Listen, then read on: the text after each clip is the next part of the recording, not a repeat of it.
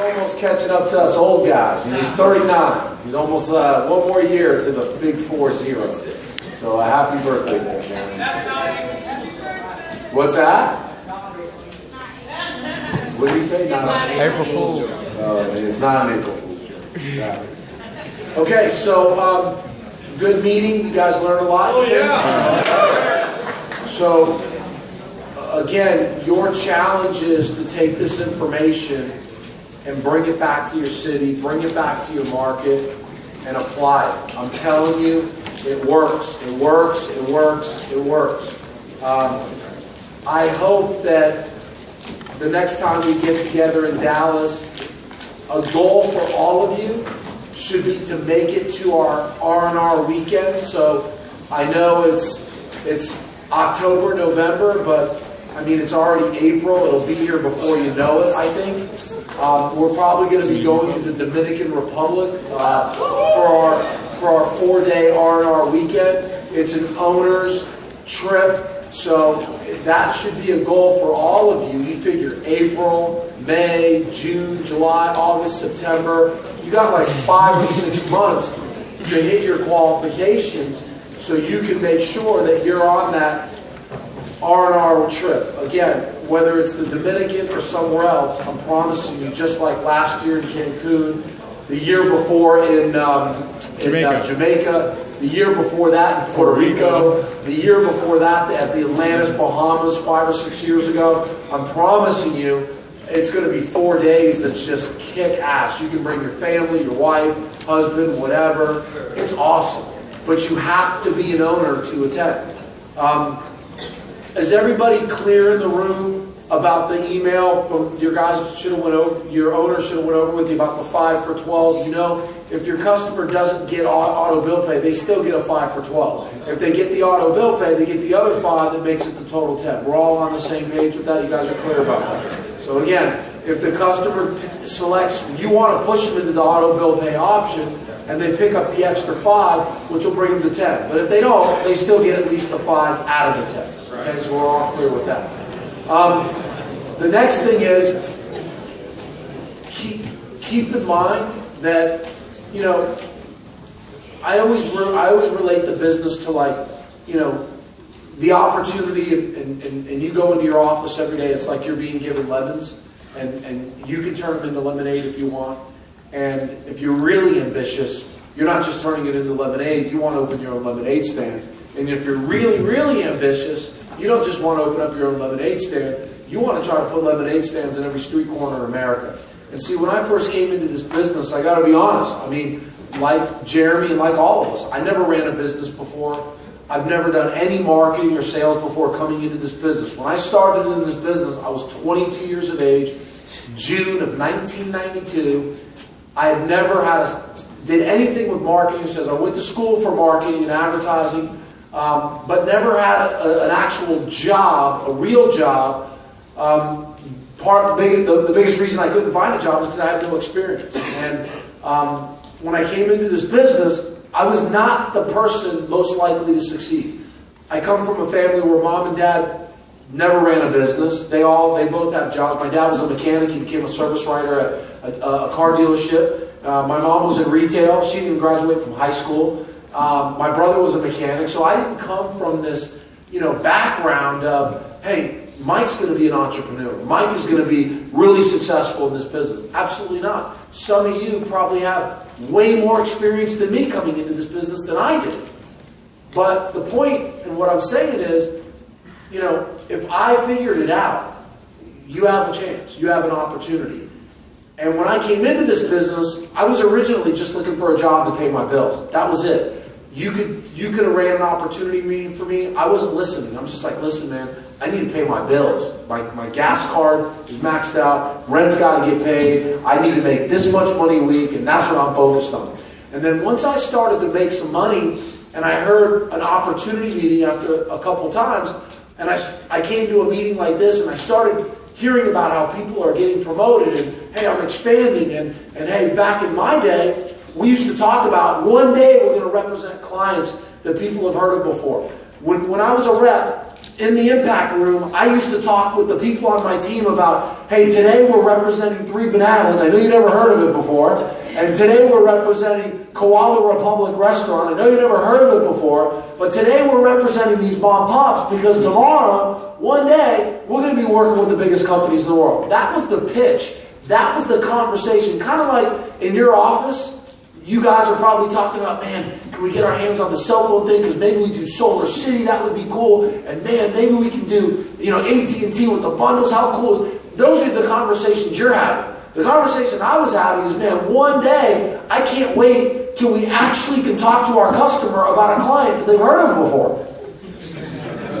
One day, I can't wait till we represent a business that's got multiple locations. One day, I can't wait till we actually represent a client that's not in jeopardy of getting ready to go out of business. Those are the clients that we represented. When I sat in that chair, the pitch that the guy, back in my day, the Jerry Mosiers, the me's, were guys like Paul Goudreau, Jacques Blay. These are all guys that have retired successfully from this business, millionaires in this business. They've left the business, they've retired, they've gone on to do other things. These were my mentors. These were the people who used to run the meetings. Brad Park, and I keep going on and on. The impact was, hey guys, we got to stay compliant.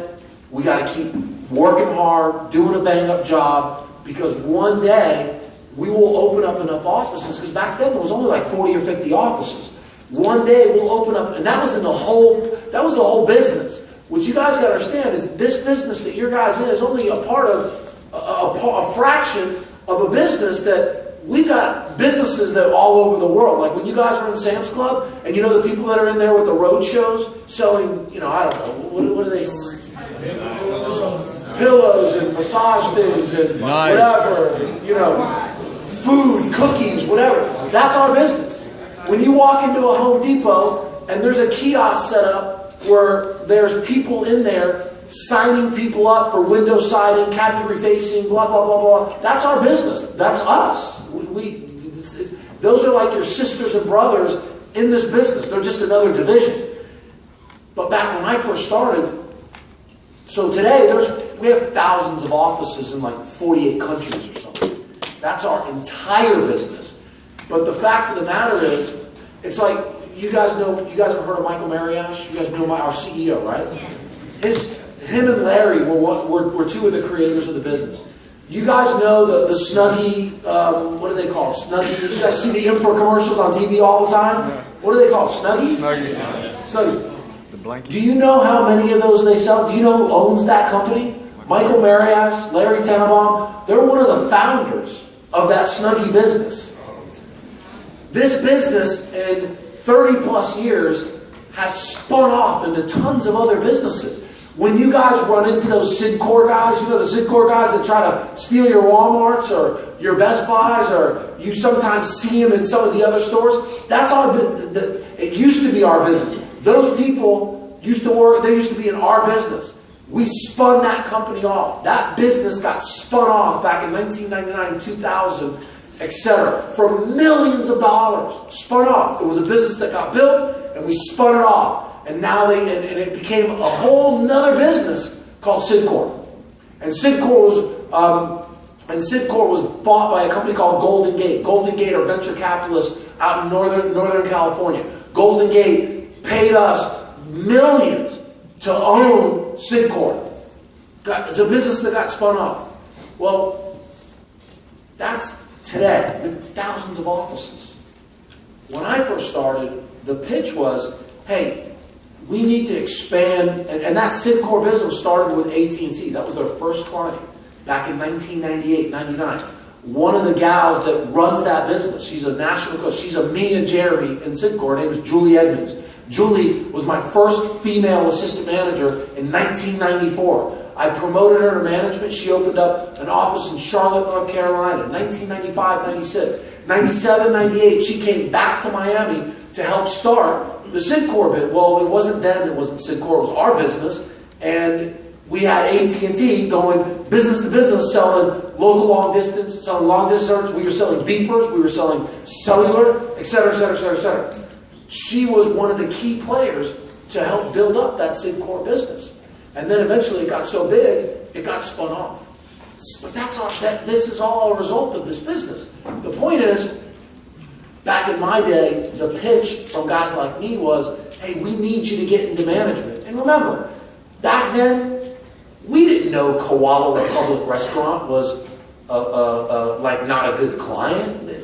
We didn't know Three Bananas Restaurant sucked. I mean, we didn't know any better, right? Because we had Three Bananas Restaurant. We're like, this is cool, man. We're going to go make some money today. You know, he was talking about the Gibby's Restaurant. Jeremy, who the hell is Gibby's Restaurant, right? But those were the clients that we used to represent. But we didn't know any better. So to us, it was like, this is cool. We can go out and make some money. And we did make money. Obviously, we didn't make the money that we're making today, but of course the business is, the world is different today. $100 back then doesn't go as far as it goes today. Or I mean, it went a lot further, 20 years ago than it did today. But the bottom line is, obviously, we made enough money so I could pay bills, and Jeremy could pay. I mean, if not, I would have never been able to make it in this business, because I had bills to pay when I started, just like you do. But it's been years and years of people like you building your teams, getting into management, and expanding and growing the business. And from 1992, me personally, at that time the business was 12 years old, from 1992 to 2000 today, 15, this business has been snowballing more and more momentum, just getting bigger and bigger and bigger. So today, the pitch is not, hey, we need to keep expanding because we need to increase our footprint to get bigger and better companies one day excited about working with us. That's not the pitch today. The pitch today is we now work with the biggest companies in the world, but in order for us to keep up with their growth, in order for us to satisfy their appetite in terms of where they want to be 2 and 3 and 5 years down the road, we need to keep expanding owners. We need to keep promoting out. Think about this. In 3 or 4 months, when we're taking DirecTV to the customer with AT&T, in August and September, it's not just going to be DirecTV, it's going to entail AT&T's products now, obviously, in AT&T footprint markets. AT&T doesn't have a footprint in every single market across the country, but that's going to be one more other client. It's going to be another company, another business in our portfolio of clients. AT&T just 2 days ago, I was reading on the plane coming here, got rated the #1 telco. It's AT&T #1, it's Verizon, it's T-Mobile, and then it's Sprint. Those are the top 4 telcos ranked #1, 2, 3, 4. DirecTV and AT&T are coming together the next 3 or 4 months. We're going to be bringing that to the marketplace, and it's just going to keep snowballing. Cellular, solar, all these things. And I know some of you guys have asked me, hey, when can we get involved in these? Well, unfortunately, when you're working with the biggest companies in the world, it takes time to get things done. So some of you guys are asking, well, Mike, is solar going to expand? Because you've heard so much about it. I do believe it's going to expand. We are crushing it. The problem is, we're still going back and forth with Solar City on making sure, on us getting paid properly. The economics are not where it needs to be. So you understand, when we start these tests with companies like Solar City, we tell them we don't want to make any money. Don't even pay us. We'll finance and pay our guys. Just let us show you what we can do for you. We'll talk about the money later. Just let us show you. So it's kind of like, we're going to get them hooked on the drugs first, right? Okay? That's what we do. But that's the way it works. So it's, hey, Solar City, we don't want any money from you. Just give us an opportunity to show you how many more customers we can get you versus what you're doing right now. Just give us a chance. And then what happens is they give us a chance. And then what happens is we continue to bring them more and more customers. And then what happens is, they become dependent on us. They start becoming dependent. It's like, holy shit, look at all these customers, look at all this money. Then it's, hey, listen, we got to start getting paid this much money or this don't work. And then the negotiations start. And that's where it is right now, where we're going back and forth with Solar City. They want to pay us this, and we're like, no, it doesn't work that way. We need this. This is how much money that you need, the owner needs, the company needs for us to make this business work. It's like DirecTV. You guys have heard the stories back in 2007 and 8. Would you believe back in 2006 and 7, the offices used to get paid $100 an install. 100. The rep took $60 an install. The owner was getting 40. We were getting killed. We couldn't run the business. This business in 2006 and 2007, we were bleeding money, bleeding. Every dollar that came in, we gave it to you guys, just like what we're doing with Solar City right now. Every dollar that we're getting paid from Solar City right now, we as a company are not making no money. We're floating it to the reps, we're floating it to the owners, and we're paying even more money to keep the reps and the owners going. Because obviously, if you're one of the guys doing Solar City out in LA right now, if you're not making enough money, you're like, screw this, I'll go back to doing DirecTV. So we're coming out of our pocket, plus Solar City's paying us, but not enough, to keep the reps motivated about this test. That was the same exact thing we did back in 2006 and 2007 when DirecTV started. They only paid us $100 an install. But of course, we had no leverage at that point. We're bringing them this many customers, and they're this huge company, and we're not that important to them yet. And then in 2008, we've got 2 years of DirecTV. We're bringing them more and more customers. You know, now we got 20 offices. All of a sudden, we're starting to become important to them. 2009, we're becoming more important to them. 2009 was the breakthrough year. 2009 was the year of, hey, we're drawing a line in the sand. This is the deal. DirecTV, you either got to pay us X or this ain't working no more. And by that time, they were at the point of no return. Meaning, they seen what we have accomplished in 2 or 3 years. And they saw the potential, just like we did, which is why we didn't give up not making money for 3 years. They saw the potential in us being in all these retailers one day like we are, and they finally came out of pocket and started paying us what we deserved. And that's when this business took off, which was in 2009 and 10. In 2009 and 10, ladies and gentlemen, we opened like almost 200 offices. It was like our 2010 to 11 was our biggest growth year. In 1 year, we went from like 25, 30 offices to almost 250 offices. We exploded. We were opening up 10 and 15 owners' offices a week. It was unbelievable because they finally paid us the way we needed to be paid. But it took us 2-3 years to get to that point. Now, I'm not saying we've been doing solar now for 6 months, 8 months. I'm not going to say it's going to take 2 or 3 years. I don't know. I'm not saying that our cellular business that we've just launched, is it right where it is right now? Is it where it needs to be right now? No, absolutely. But again, we've got to be focused on giving them the crack. The crack is what? Compliance and sales. We showed DirecTV back in 2006 and 2007 and all these retailers. We're not only going to give you crack, we're not only going to hook you on crack, but we're going to be your best employee in the store.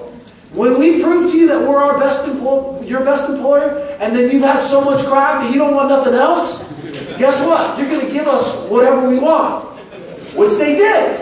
And that's how this program blew up to 500 offices, is because we finally got the money, because we finally hooked them on what we do, which is what? Bringing them a great customer and doing it with compliance and doing it with best-in-class experience. Solar, Verizon, CenturyLink, the cell phone deal, we're launching home security. Every one of those businesses, that's the phase that they're in right now. They're in the phase of we're giving them, we're trying to keep feeding them the drugs. We keep giving it to them. And then we go for the haymaker. The haymaker is, hey, listen, we can't do this anymore unless you start paying us more. And by that time, it's, okay, negotiation starts. And that's where we're in those phases. And then once we start getting the money that we deserve in solar, and once we start getting the money, because remember, what you guys got to always remember is what we do for all these companies, they can't duplicate it. There's nobody out there that does what we do. How are you supposed to feel about job security in this business? Ladies and gentlemen, as long as we continue to deliver a best-in-class experience, as long as we continue to have compliance at the forefront of our brain, and we take care of the customers, and we respect the customers and the retailers, your job is in place. It's infinite, forever. Why? Because until Best Buy, until Sam's Club, until all these retailers and all these companies can find a company that does what we do, we're in business forever. But guess what? There's only one other company that's even a tenth, not even a tenth of who we are. That's Sidcor. And Sidcor is our own business. They ain't even close to where we are. And there's no other business out there. There's a couple small companies like 2020 and some of these other companies that they try to do what we do, but they do it on a small scale. There is no other business, there's no vendor, there's no other third-party labor that has the footprint that we have. Ladies and gentlemen, we've got almost 4,000 reps that go into the stores in the program every single day. And remember, this is just our business. There's another 2,000 that go in Home Depot stores every day. There's another 3,000, 4,000 that are doing road shows. If you put our entire business together, there's something like 10,000 reps going into the stores every single day for Home Depot, for road shows, for DirecTV, for all these other solar and all these businesses. That's what you're a part of. That's the business that you're a part of. So your job security and your opportunity is really what you make of it. It's really about taking lemons, making lemonade, getting your own lemonade stand, figuring out how to run a lemonade stand that can make money and be profitable by following this system, following this business model, making sure every Big Mac that's served at McDonald's has 3 buns, right? That's the system. Big Mac, 3 buns. That's a Big Mac. You got to make sure that you're putting the 3rd bun in every Big Mac. You got to follow this system, not my system, not your system, the system, all the stuff that we're going over in these meetings. You follow that system. And then sky's the limit in terms of how much money you can make running an office, and how many offices you can make, and how much money you can make on offices. Remember, the money in this business is not in sales. I didn't sign up for this because I thought this was lucrative in sales. This, for me, my excitement came from this being lucrative and this being a building people business. Managing people, building people, teaching, mentoring and teaching others to do what I can do. That's the success. That's the future. That's where your livelihood. That's how you're going to put food on the table for 10, 15, 20 years. And if you're that type of person that you feel that you got the wherewithal to figure out the business at the level that you are, get promoted and get your own office, understanding anybody that runs their own business, you're going to have to work your ass off. It's not easy. Anybody that has built a business from nothing, it's hard work. There's no question. There's sacrifices that you're going to make. I'm making a sacrifice right now. I don't have to be here today. Jeremy can run this meeting. Zach can run this meeting. I don't need to be here today. I'm 3 days away from my son. But you know what? It's what I got to do. You know what? It's what I got to do because I owe it to you guys to be here today. Because when I was you, there was guys that were there for me. Not only that, I got to set the pace for my son, right? I got to show him the example. He's got to know, mommy's got to tell him, hey, daddy's working. He's out there hunting. He's out there making a living. Because if he doesn't know that, then what is he going to do when it comes time that he's got to go out and make a living? And he's got to go out there and hunt, right? The worst thing that he can see me doing is sitting at home every single day, sleeping in, being lazy, because that's what he's going to be doing one day, if that's what he sees. So again, the business and the 500 offices we have in this program, in my opinion, we're really scratching the surface. I mean, there's no reason in the next 5 or 10 years we can't have a few thousand offices. But that's up to you guys. I mean, I'm not going to be here 15, 20 years from now, you know? You're the future. You're the Mike Terranonis of 10 years from today, of 15 years from today. Just like when I was you, somebody said, hey, you're the Paul Goudreau's, you're the Jacques Blaise, you're the Brad Parks.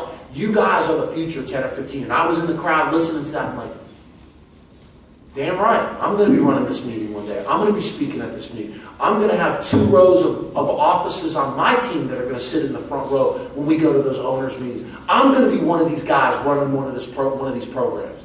And that's the way I looked at it. And again, it's, you know, it can become whatever you want it to become. Period. You are like, this business to you is a blank canvas. And you put on the canvas whatever paint, whatever colors, and you put on it and develop it to be whatever you want it to be. With or without you, the business is going to keep going on. Because guys like me and many others are excited about continuing to drive this thing. Why? Because we have goals, and why? We owe it to the people in this room that want to work hard and help us accomplish our goals. So we're going to be there for you. So, again, it's completely up to you. It's what you make of it. Don't just look at the lemons and say, you know what, like most people, and bitch about why you don't have lemonade. Let's take lemons and say, you know what, let's make some lemonade, and I want to get my own lemonade stand. Let's make some money. Let's grow. Let's build this thing. Let's get this thing to 1,000 offices by 2017. Let's be in a couple thousand offices, you know, by 2025.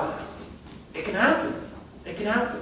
Guys, did you guys know, 2-3 months ago, big article in the Wall Street Journal, Costco, America's best retailer. I mean, not Dallas's best retailer.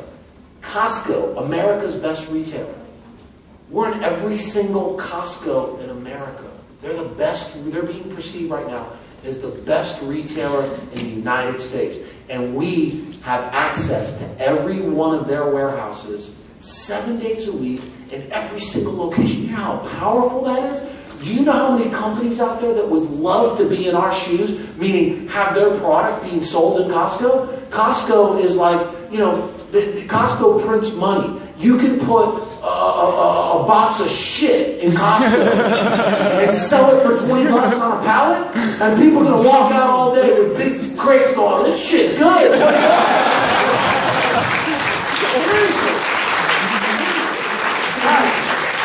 Guys, Costco is a cash cow. It's a cash cow.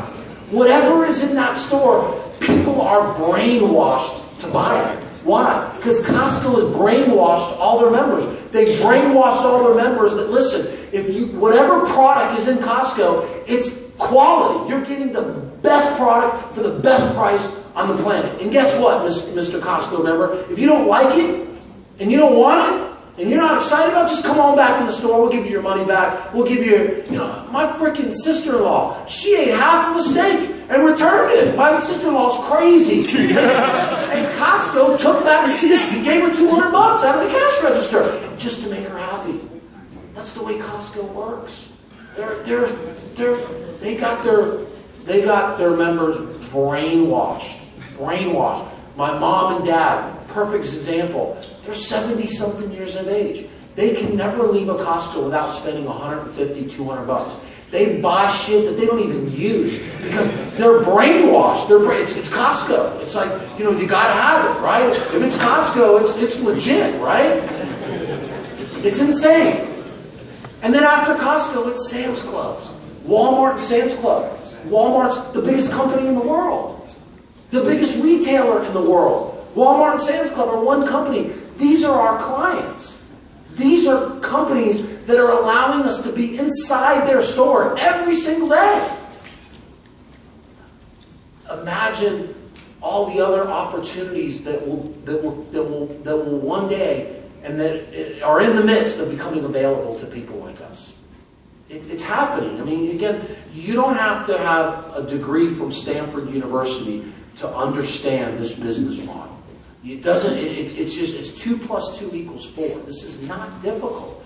Remember, Costco don't pay you guys. We're free work to them. You are, a lot of times, your best employee, they're best employee. You in a Sam's Club, you're their best employee. And oh, guess what? You're free labor to them. You're selling TVs for them. You're selling them this. You're helping customers, blah, blah, blah, blah. And oh, by the way, they don't pay you a dime for it. And oh, by the way, we make them a bunch of money for selling DirecTV or signing people up for Verizon or whatever. It's a no-brainer. And you're going to kick the ass of every other salesperson in there. Why? Because you want your own business one day. You want to run your organization one day. Every other salesperson in there, every other Best Buy employee in there, every other Costco employee, they're just working for a paycheck. So you're always going to high roll them. You're always going to be more motivated than them. You're always going to have a better attitude than them. Why? Because you're working for your business. That Costco employee ain't going to own a Costco one day. That Best Buy employee, they're not going to own Best Buy one day. That's why you will always kick their butt. And that's why there will always be a need for us, because there's no other company out there that does what we do. And that's why it's not about the no that you get tomorrow. It's not about the 3 apps you sign up today. You got bigger fish to fry. Bigger fish to fry is taking care of business today, taking care of business tomorrow, but it's 6 months from now having your own office. And then things get really exciting. Because when you get your own office, now not only can you make some real money, but at the same point in time, you can now start building an organization where you can start opening offices where you're running one office, but now you're making money in 10 others, 20 others. When I was you, I used to dream about thinking, man, How cool is it going to be when I open up my office in Tampa, and then I got some guys in my office that I train to get their own office, and I promote them to Jacksonville, and I promote them to New York, and we're on the phone trash talking each other, and who's going to be the high rollers this week, and who's going to be the #1 office in our organization. I used to think about all this. I'm like, man, how fun is this going to be? And then one day I had 10 offices in my organization, and we're throwing up contests. Hey, you fly me your guy, I fly your guy, blah, blah, blah. You know, that's our business. That's who we are. That's the stuff I used to think about when I was you. You should be thinking about the same thing. Because that's what Jeremy thought, that's what I thought, that's what we all thought. That's how this business got to where it is today. And the good news is you're the next generation. You are the next Jeremys, the next regionals, the next nationals, the next speakers at these meetings. So again, guys, I hope you guys really take advantage of this meeting by bringing it back to your office. Pump up all the, get your people in your office motivated about what you learned from this meeting. And hopefully, the next time I see you, you're a lot further ahead than you are today. Okay, have a great